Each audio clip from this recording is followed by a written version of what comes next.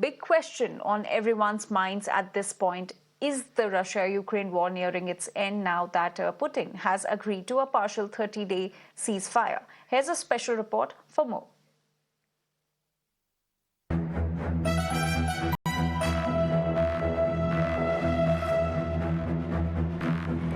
US President Donald Trump and Russian President Vladimir Putin, during a 2-hour call on Tuesday, agreed to an immediate halt on strikes targeting Ukraine's energy and infrastructure. However, Putin declined to support the broader 30-day ceasefire pushed by the US administration. The White House called it a first step towards peace, aiming for a maritime ceasefire in the Black Sea and an eventual end to the conflict.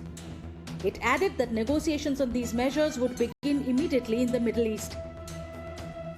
The fact that two leaders of great powers are talking is itself a good sign. It may not be total satisfaction in terms of the cessation of all hostilities, but at least it's a step forward.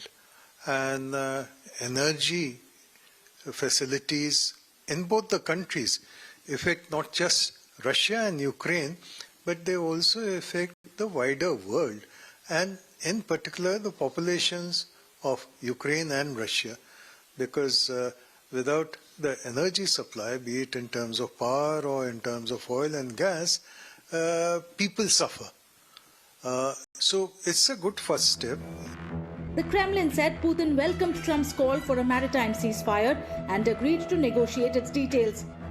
He also informed Trump that Russia and Ukraine will exchange 175 prisoners on Wednesday.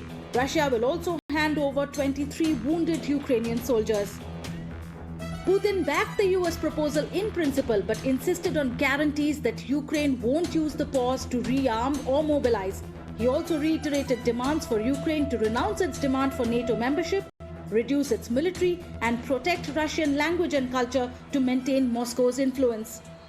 After all, Ukraine was not involved in Putin-Trump talks, even though Ukraine has been the actor behind the scenes. But the fact is that it was an agreement between Putin and Trump. So naturally, if the supplies of intelligence and other information continues to one side, it cannot be called a ceasefire even in that limited sphere of infrastructure and energy facilities.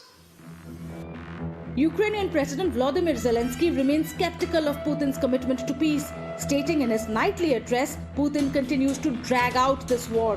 On Wednesday, Zelenskyy dismissed Putin's vow to halt strikes on energy infrastructure, calling it at odds with reality after overnight drone attacks.